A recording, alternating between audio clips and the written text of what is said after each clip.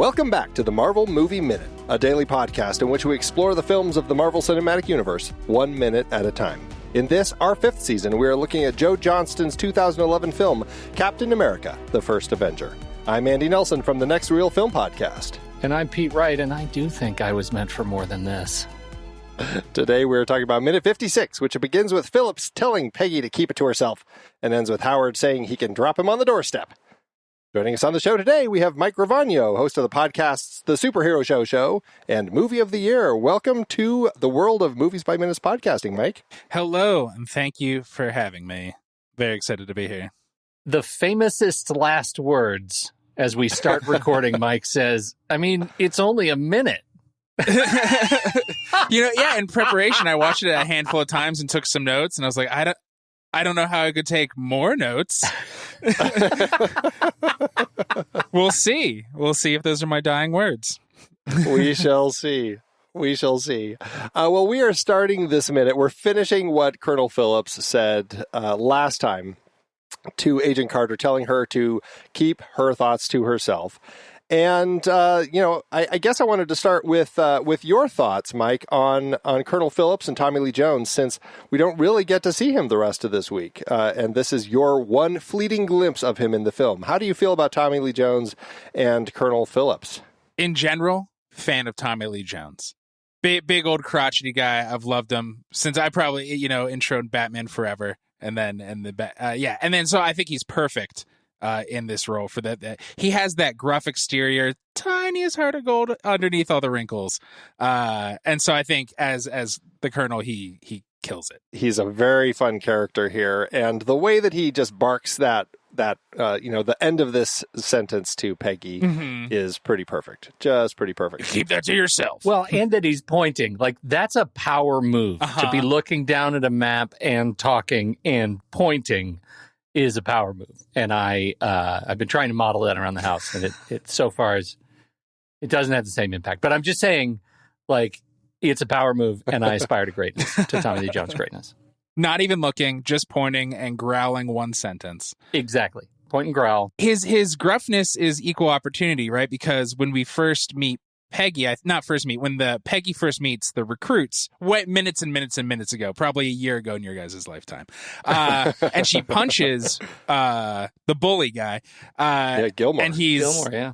He's for it. He's just gruffness. He's like, stand up. But now we're seeing Peggy get it for the first time. It's like the allyship does have some cracks. Yes. Yeah, absolutely. But at least he is, you're right, EOG, equal opportunity gruff. EOG. Maybe you're not being gruff enough. You're not growling enough, Pete, when you try it. I mean, you can point and look away, but you still have to add that growl. Oh, I'm probably still whining. Yeah.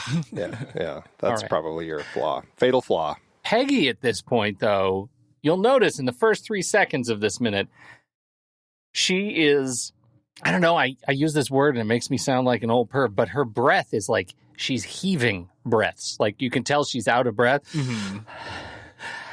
Yeah, I'm sorry for the ASMR, but just to get my point across, and for possibly the first time, I feel a real electricity as Steve leaves the room that maybe I am verifiably, like, objectively wrong, and that now the crush is in full force.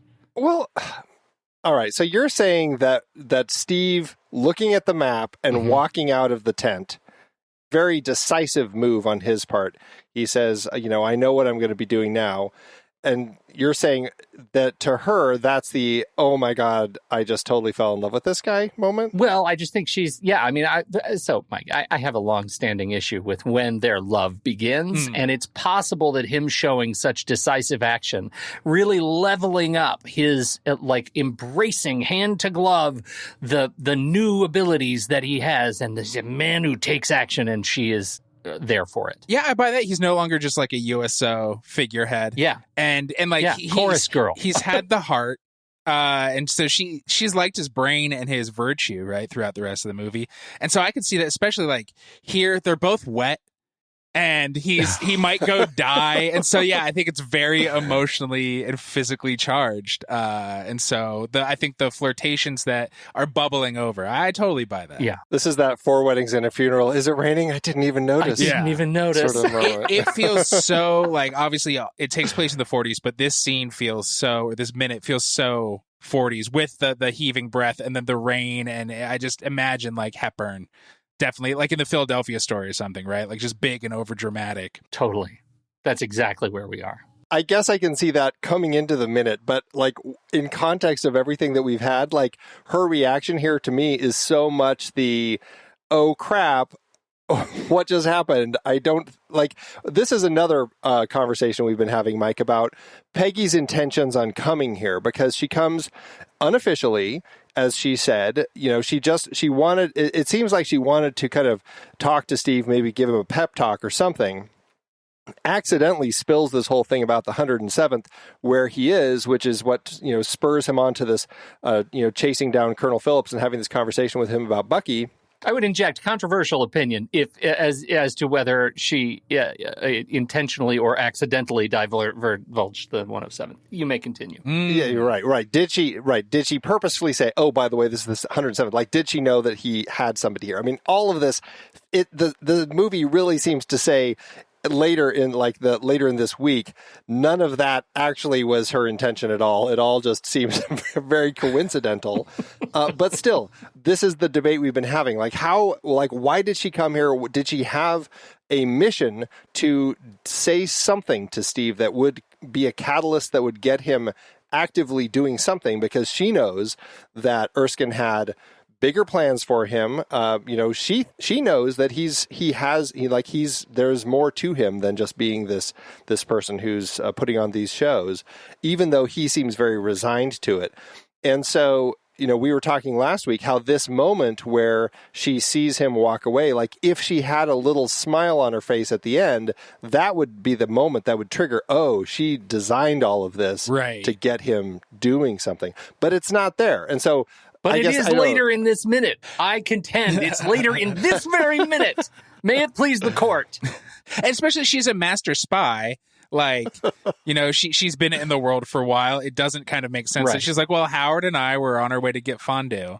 And we were just like, maybe we were in there. I wanted to say hi to our old buddy Steve. It makes much more sense because like the SSR, is that what S.H.I.E.L.D.'s called right now? I always get the acronyms. Strategic Scientific Reserve. The SSR is like, who's in charge right now? It's kind of all over the place. So it makes sense if the left hand doesn't know what the right is doing, and Colonel Phillips has his own, like, he's involved in the SSR, but he's a military man. He has to do things by the book. It makes sense for the spy side of the SSR to be like, look, we got to use the super soldier.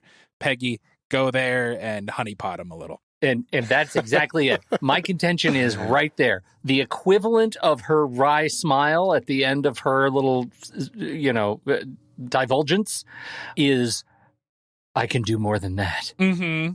Right. Okay, so you're saying this whole time Howard has been in his plane, tapping his watch. Come on, Peggy. You don't think he's sitting at the airfield? You don't think he's sitting at the airfield?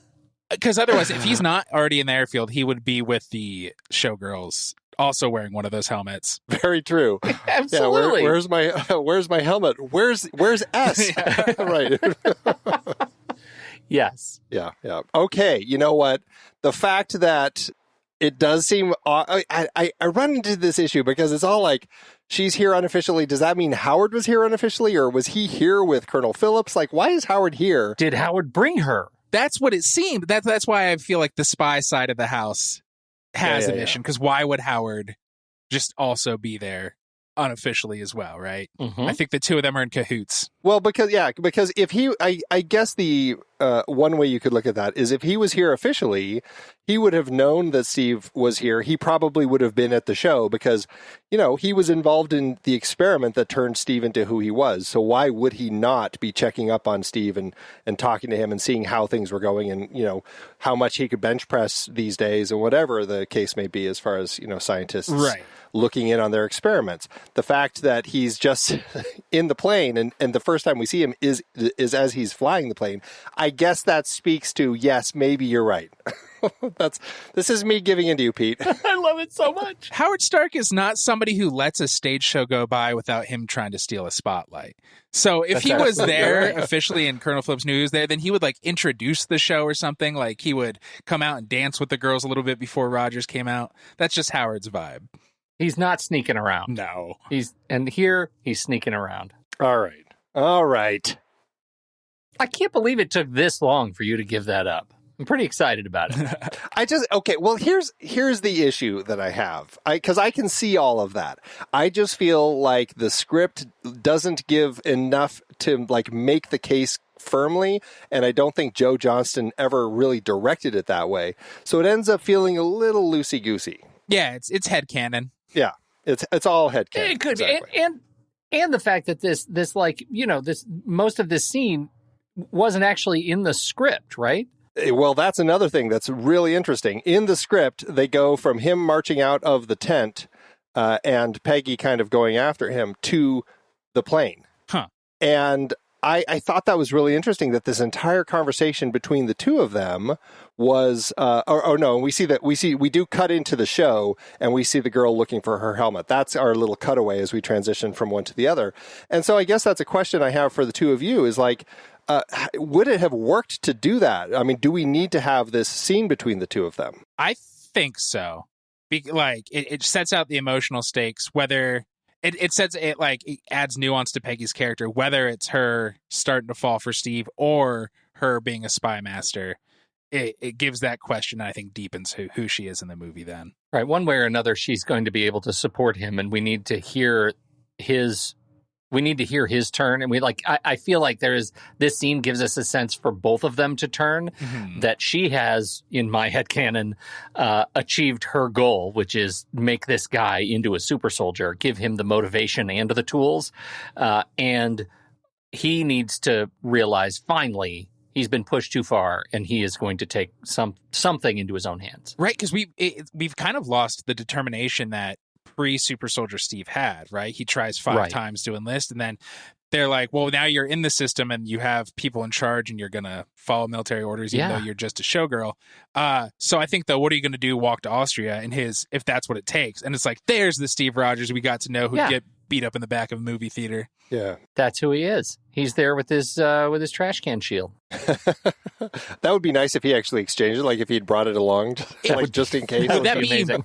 Much worse than what? Like he has his flimsy show shield, and he steals one of the Can girls' helmets. These are not military grade. They're not. It's all staged pieces. He really is like, well, I should look the part. These won't save me at all.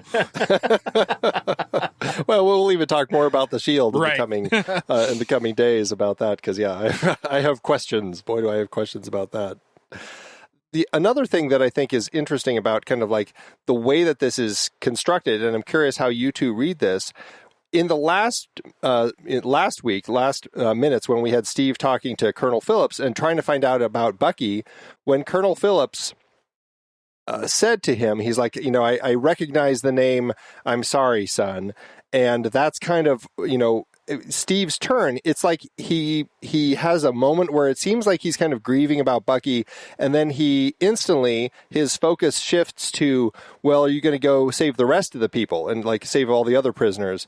And, they have that whole thing. And that's what sets Steve. That's why he leaves. He seems resolute on going in to save the rest of the prisoners, that Phillips seems kind of, we'll get to it at some point as we win this war.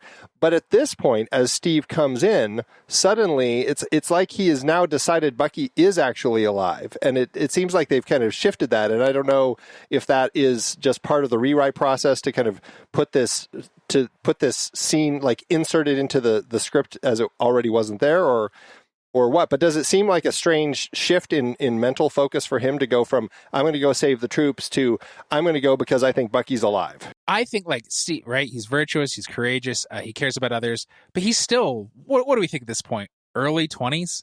And so for him to be like, Bucky's dead, I should go save other people. One, Steve doesn't know how to deal with his grief until Endgame, and he starts support groups, right? Like, he's somebody who's like, I'll just do action instead of dwelling on my feelings. But I could see somebody at his age just going back and forth between like, my brother figure is dead.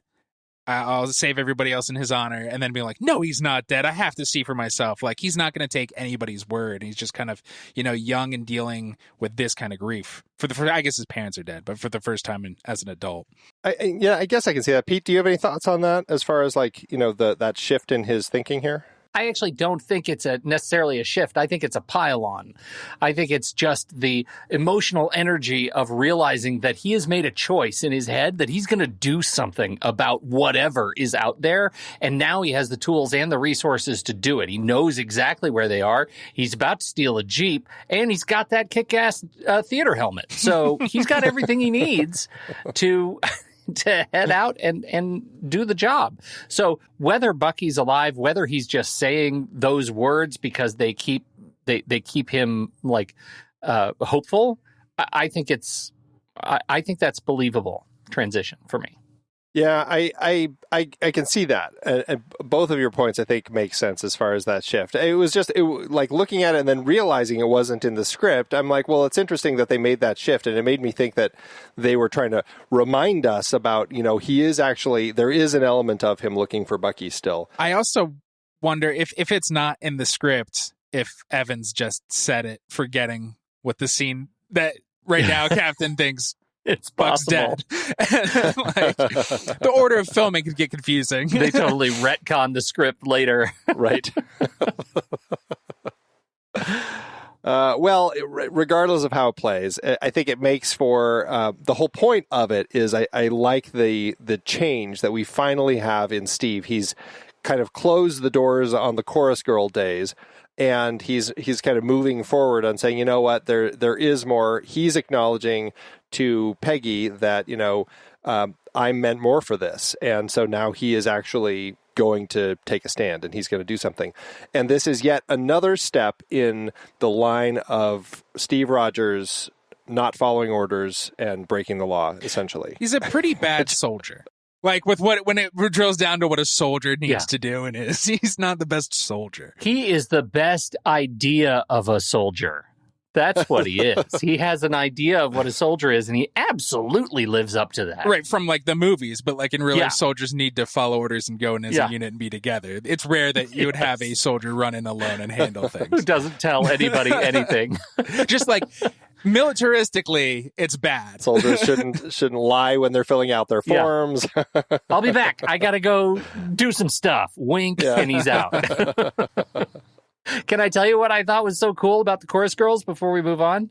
Yeah, the chorus girls. I think they gave the chorus girls smallpox scars on their arms. Oh, really? Did you notice that? That's a nice touch. Wow, that's nice detail. Yeah, that is a great little detail. I think that is a nice detail, and I had not noticed that, but it's possible they didn't give the girls smallpox scars. I only really see it on the first helmet to go, but it's pretty clear. You mean you? You, right? OSA? You. What country do you? I thought it was USO.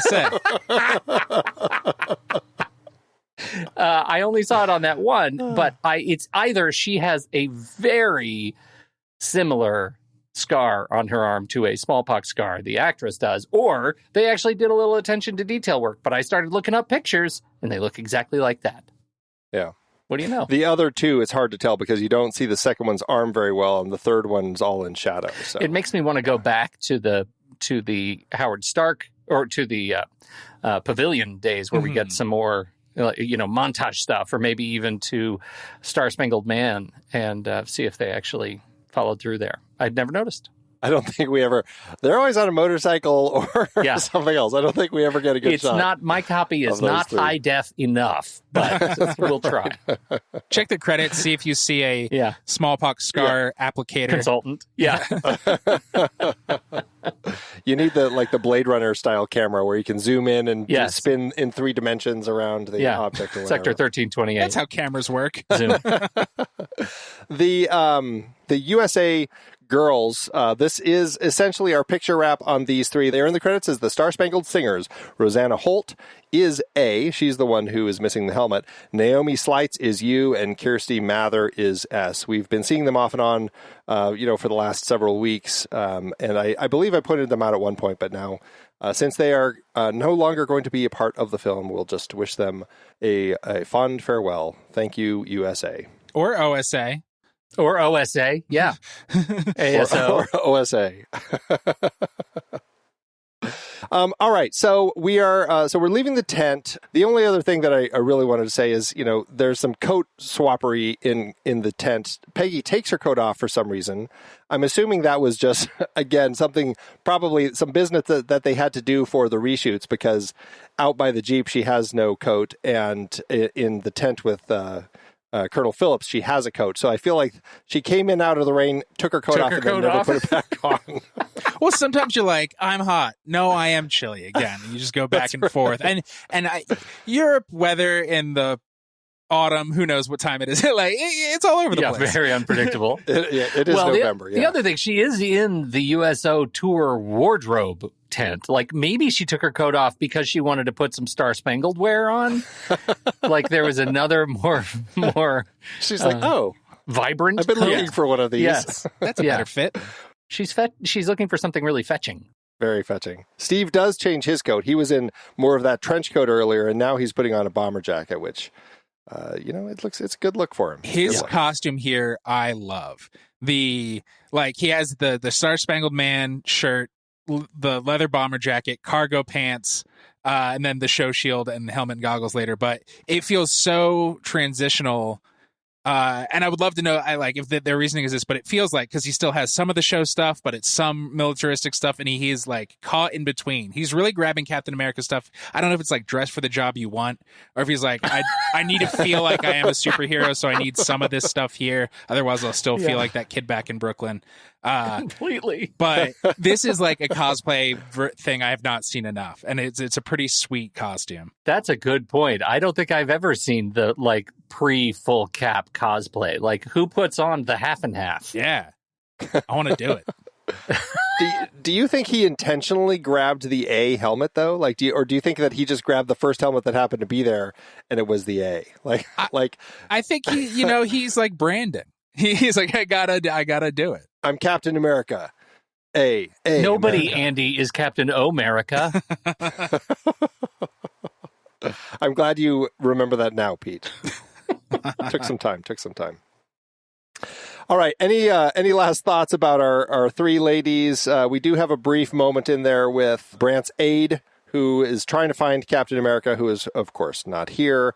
But otherwise, we're about to leave the camp. Any last thoughts about anything with the Jeep or the camp in general before we head to the skies? I love being in the skies, and we'll come back to the camp. I think if he left the camp in that Jeep, he would get stopped pretty quickly. I think it's hard to steal. In the middle of a war, I think it's probably pretty hard to steal military equipment.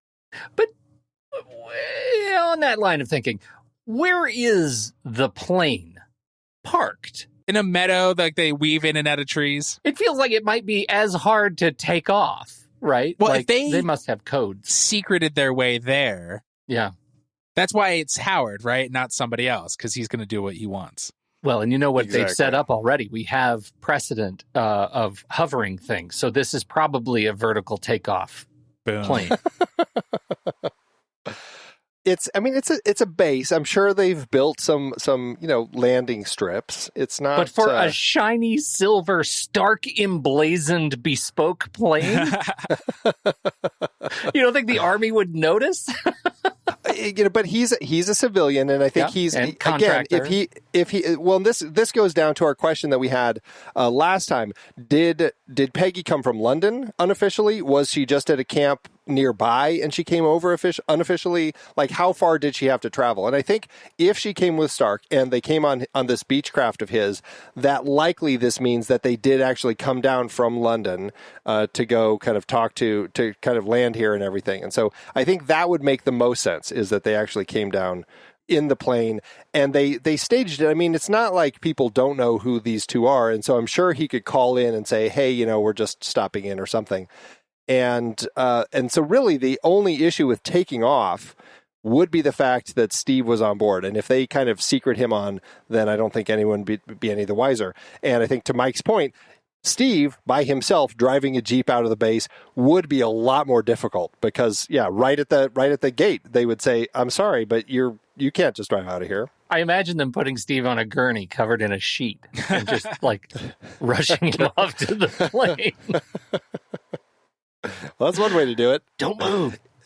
It's very convenient that we don't have to worry about any of that because we instantly just go to the Beechcraft in the sky. This is a 1937 Beechcraft 18 flying through the skies. We get a nice little, CG-ish shot of this plane as it's kind of cruising the air over Italy/Austria, somewhere near there. It really wasn't that far for them to get to, or as they said, I think the base was 30 miles in. Yeah. And they are 5 miles from the base. So for the plane to only go about 35 miles, it seems like it would be a fairly quick trip. Yeah. 30 miles by plane is, I think we get mad at celebrities for less than that, or about that right now. When they do Yeah, that. we do. Yeah, that's real. Celeb rage. So now I'm mad that they flew.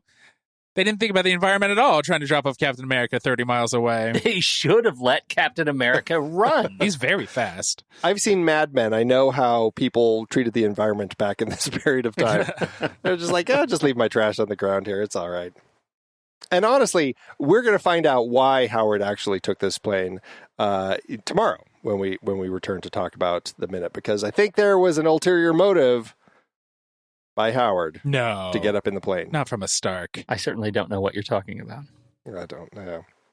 We're looking. So Peggy pulls out her map. She's showing Steve the map about where Kraugsburg is. She says it's between these two mountain ranges. We had a much better map in Colonel Phillips' tent. This thing that she's looking at is like impossible to decipher. It's like, I don't know. It's got all the forests and everything on it. It's just like, from our perspective at least, I can't see where anything is. So I don't think she can either. I think she's just pointing.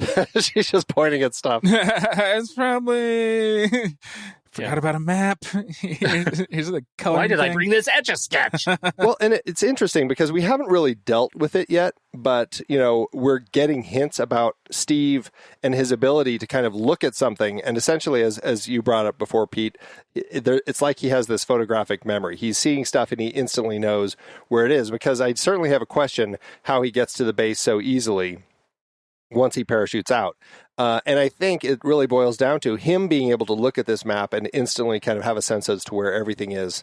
And assuming he kind of looks when he's jumping out of the plane, he'll be able to figure out where he is on that map. That's all my guesses. What they glossed over in the montage was just hours and days of land navigation courses and map reading skills. And just like him taking a compass and being like, okay, I'm triangulating my position. How does these this work? I know I'm big and strong, but I don't get it. Or he's so fast he just kind of like road runners back and forth until he finds the Hydra base. Yeah, there are questions. There are a lot of questions. But it's like, I don't know. We've talked about this before with these superhero films. Iron Man was the first one, and we had a big montage of Tony building suits, learning how to fly in the suits, figuring the suits out. And it weirdly feels like with a lot of these later films, like the fact that we had a training montage in the first film means every superhero after that doesn't really need a training montage because, Tony had his training montage. Once you got a superpower, you pretty much are able to figure stuff out. And I feel like that's kind of where we are with Steve. It's just like, you know what? I already know how to do all these things now. That's one of my pet peeves because normally this one's reversed, but in most of these movies, the villain, especially early on when the villain is just a mirror image of the hero, they get their powers later than the hero, but are instantly, they know how their new physics and bodies work and are somehow better. And it's like, they really didn't get a training montage. They got injected or built their thing, and then 2 minutes later, they're like, I'm a master. Yeah. Exactly. It's, villains always have that power. We were just talking about Back to the Future Part 2 in our other podcast, The Next Reel, and talking about how Biff, old Biff in the future, knows instantly how to fly a time machine and travel not only back, but also forward back to where he left. And it's just like, really? It took Marty and Doc a whole expositional thing to kind of explain all of that. But no, he knows how instantly. It's like the villain trope. Well, it is, but you know what? They're even getting away with it in She-Hulk, right? Because in She-Hulk, they actually give us a training montage, but she already knows how to do everything, right? Like, it's like both. We get the montage, but we don't need it. So, Right. Yeah, not so much stumbling. I don't know. Yeah. I think 88 miles an hour is perfectly like that's so intuitive to be like, I bet that's time travel, baby. You're right. You know what? You're right. It's so obvious. I do think for montages, Miss Marvel had a good one. She was pretty bad at her powers for a while. Yes. We got the classic, she falls, and then it's only 5 feet. Lots of falling. Yeah. Right. Yeah, right. that was good. All right. So sometimes they still have training montages. Clumsy teen. You also Yeah. this was Yeah, a clumsy blame it teen on the coming. teenager, It's right. also coming of age. So it was a coming of age montage. All right. All right. Well, we do get the reveal at the end of this minute that it is Howard, in fact, piloting the plane. So that was our big reveal of Howard, which I think, I don't know, obviously Steve already knew it was him. For the audience, though, it was, I guess, designed to be a surprise. It's weirdly shot how, like, we don't see the pilot, and then suddenly we hear his voice and cut to him, and it's like, oh, Howard Stark is flying this plane. Did it seem like it was supposed to be, like, some big reveal to you guys that Howard was here? I don't think so. It just felt like, of course, it was him. Like, I don't want to meet a new character. And it makes sense. Who else would put their neck out for Steve and Peggy right now? You're right. Just by the law of conservation of characters, it had to be Howard. He's the one who makes sense, yeah. Right. Yeah, we will find out more about all this in tomorrow's minute. But I think that's everything for this minute. Do either of you have any last thoughts about anything here, or should we pack up and come back tomorrow to talk about the next minute of this? I just can't wait to talk more about that heroic shield he's carrying. The tinfoil, yeah. He's like belted it into the seat next to him. I like picturing it as like, so many times like in theater, it's like just made out of styrofoam or something. Yeah. I like picturing it as just a styrofoam shield. And then he thinks, no, we'll see how it's this his does. comfort blanket. He's just like, this makes me feel like I could do it. Exactly. All right. Well, Mike, tell everybody about your podcast and where people can tune in and what else you're up to. Sure. You can find me over at the Superhero Show, where every week we watch and review every live-action TV show based on comic books. Woo. Which, when we started, there were 4. And we could take summers off. And now there are 4,000, and we're neglecting our children and leaving jobs and just watching television full time. And then there's also Movie of the Year, where every season is a different year, and we put a bunch of movies into a bracket to determine what is the most definitive movie of that year. Outstanding. What's a recent one? A recent movie that won? We are about to wrap 1982, or have wrapped. I don't know when this comes out. That one, let's go back, because my memory's horrible. You know what won the first season? We did 1999 years ago, is Eyes Wide Shut. And for some reason, that's burned into my brain. Oh, interesting. But everything else, I'm always like, what did win that year? 1975, who knows what won that year? I do not remember. It better be Jaws. Oh, no, it wasn't, because there's a big fight. Because we are, unfortunately, a democracy, and one person fought hard for Jaws and 2 of us did not. I think Dog Day Afternoon might have won 75. Oh, well, that's a good that's one all right. too. Yeah, that's a pass. We'll let that slide. Thank you. I do appreciate that. But I think movies, comics, I think if your listeners are into that stuff, both of those shows are probably up their alley. There might be some of them in our audience who are into that. Yeah. The Venn diagram might be a circle. I do want to say, it's defunct right now, but I had a podcast about the OC, the soap opera from the early 2000s. The OCD. You don't need to describe it further. Of course we know the OC. We would take 2 or 3 episodes to talk about one episode of TV, and people were like, that is absurd to take that much time. And then I'm like, this is a minute by minute. What are you talking about? We were absurd. Hold my beer. So I'm going to shove this podcast down all those naysayers' throats. That's outstanding. Yes. There you go. All right. Well, we will have all the links in the show notes for everybody, so check those out. Mike, thanks so much. Are you going to be able to join us tomorrow to talk about another minute of this movie? Yeah, I think I should be able to drop myself right at the doorstep. Right at the doorstep. Perfect. All right. Well, we'll be right at the doorstep as well. Pete, thanks as always. OSA! OSA! OSA! OSA! Until next time, true believers. OSA!